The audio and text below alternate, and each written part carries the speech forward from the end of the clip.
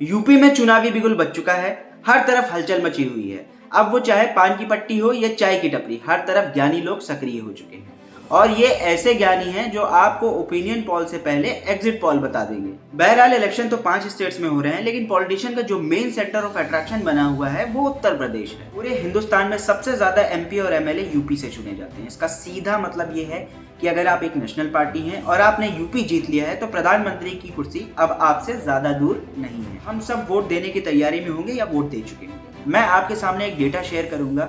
इस डेटा को देखने के बाद आप खुद डिसाइड करिएगा कि क्या अगर आपने वोट दे दिया है तो आपने सही कैंडिडेट को वोट दिया है, या फिर अगर आप अपना वोट देने जा रहे हो तो क्या आपने सही कैंडिडेट चुन रखा है। यूपी में कुल 403 सीट हैं विधानसभा की, जिनमें से 143 सीटों पर ऐसे आदमी बैठे हुए हैं जिनके ऊपर क्रिमिनल चार्जेस हैं, और ये चार्जेस खुद नेताओं ने एफिडेविट लगाकर डिक्लेयर किए हैं। इसका मतलब ये कि ये चार्जेस सुप्रीम कोर्ट में फ्रेम हो चुके हैं, इनकी पुलिस इन्वेस्टिगेशन हो चुकी है और पुलिस को इनके खिलाफ आई विटनेसेस मिले। अगर हम बात करें पूरे इंडिया की तो सारी स्टेट असेंबलीज मिलाकर कुल 4120 सीट होती हैं, जिनमें 1610 सीटों पर ऐसे एमएलए बैठे हैं जिनके ऊपर क्रिमिनल केसेस हैं। 1047 एमएलए ऐसे हैं जिनके ऊपर सीरियस क्रिमिनल केसेस हैं।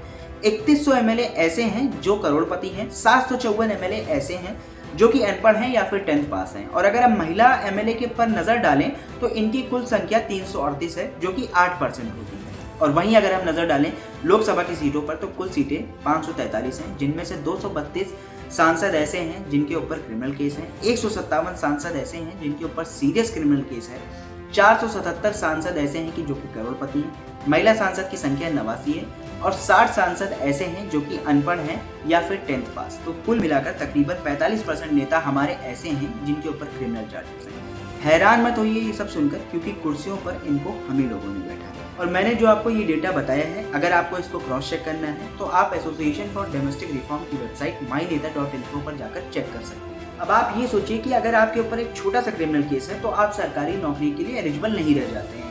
भाई साहब, आपको चपरासी बनने के लिए भी पापड़ बेलने पड़ेंगे। अब तो बहुत सारी प्राइवेट कंपनियां भी ऐसी हैं जो क्रिमिनल बैकग्राउंड चेक कराती हैं, पर हमारे नेता लोग ढेर सारे सीरियस क्रिमिनल चार्जेस के साथ देश चला सकते हैं। इसका मतलब चाहे अब उनके ऊपर रेप केस हो या फिर मर्डर केस हो या फिर उनको पकड़ा गया हो किसी की जेब काटते हुए, अगर वो इलेक्शन जीत जाते हैं तो हमारे काबिल आईएएस और आईपीएस ऑफिसर इनके सामने जी हुजूरी करेंगे।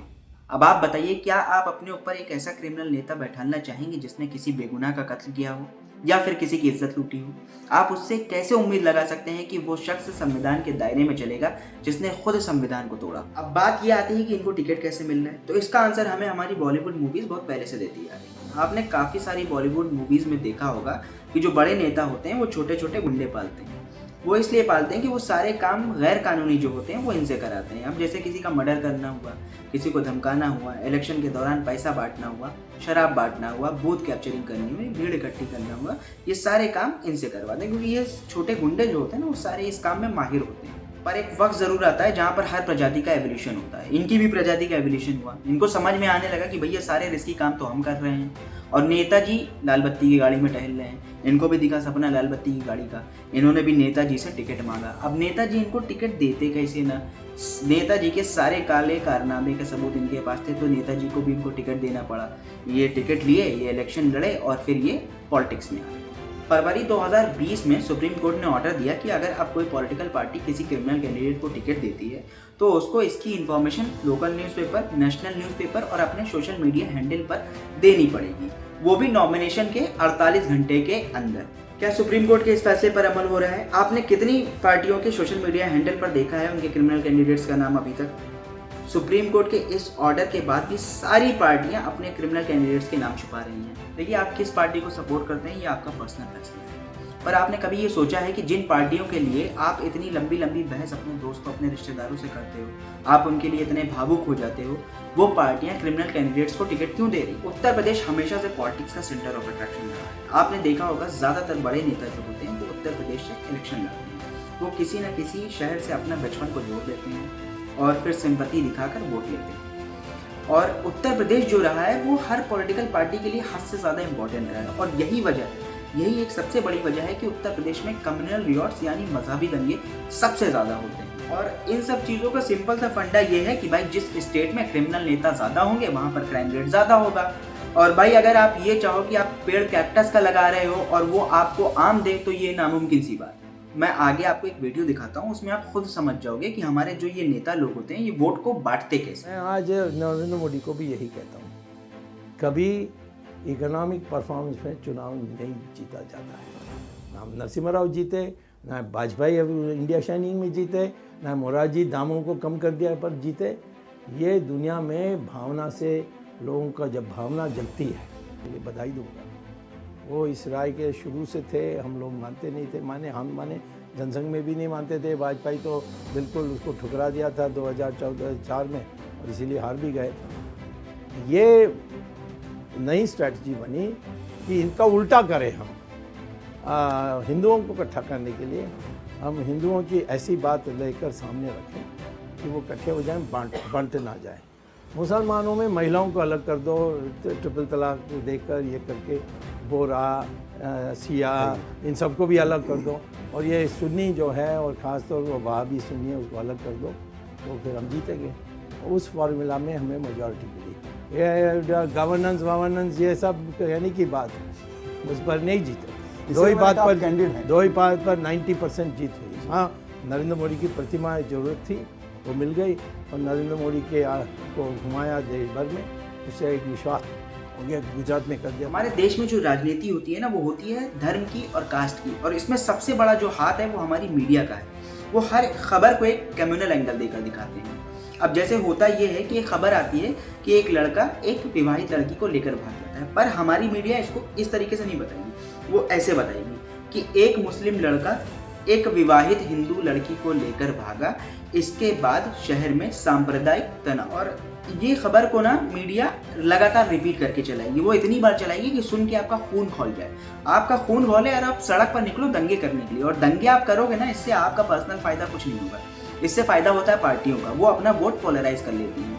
पर आपका और आपकी फैमिली का जो फ्यूचर होता है ना, वो जीरो हो जाता है उसी वक्त। हम सबके दिमाग में बैठा दिए गए हैं ना कि अगर हम अपनी कास्ट या रिलीजन से बाहर निकलकर वोट देंगे तो हम खतरे में आ जाएंगे। और हर बार तो ऐसा होता नहीं होगा कि भाई हमारी ही कास्ट या रिलीजन का आदमी एमएलए बन रहा हो या एमपी बन रहा हो, कभी कभी कोई और भी बनता होगा। और अगर कोई और बन रहा है तो ऐसा तो हो नहीं रहा होगा कि आपको शहर से बाहर निकाल दिया जा रहा है, या आपको उठा के जेल में डाल दिया जा रहा है, या फिर आपको घर में घुस के मारा जा रहा है। ऐसा कुछ नहीं होता है। बस हमारे दिलों में ये डर बैठा दिया गया है कि हम खतरे में हैं, और इसी डर में ना हम अपनी ज़िंदगी बिता रहे हैं। हमारी खुद की सोचने समझने की क्षमता जो है वो ज़ीरो हो चुकी है। देखिए, मेजॉरिटी के लोगों को समझाया जाता है कि आप अगर हमें वोट नहीं करेंगे तो आपके ऊपर कोई और राज करेगा और आप बेसिकली खतरे में आ जाओगे। और माइनॉरिटी के लोगों को ये समझाया जाता है कि भाई वो इतने सारे हैं, तुम इतने हो, और अगर अभी आप इकट्ठा नहीं हुए तो आपको ये ख़त्म कर देंगे। हमको ना धार्मिक राजनीति के धागे में इस कदर बांध दिया गया है कि इस देश के जो एक्चुअल मसले हैं हम उन पर बात ही नहीं करते हैं। हम बात ही नहीं करते हैं अनएम्प्लॉयमेंट के बारे में, हम बात ही नहीं करते हैं जीडीपी के बारे में, हम उन बैंक फ्रॉड्स के बारे में बात ही नहीं करते हैं जो इस देश में लगातार होते आ रहे हैं, हम हेल्थ इंफ्रास्ट्रक्चर के बारे में बात ही नहीं करते हैं। हमें सिर्फ और सिर्फ बात करनी है धर्म और कास्ट की। हमारे लिए जो राजनीतिक मुद्दा इस वक्त मेन है वो धर्म और कास्ट है। हमें जो एक्चुअल इस देश में मुद्दे हैं हम उस पर बात ही नहीं करते। देखिए, आपको कोई भी मीडिया नहीं बताएगा कि कौन सा नेता क्रिमिनल है या इसके ऊपर कौन कौन से चार्जेस हैं, ये आपको खुद करना पड़ेगा।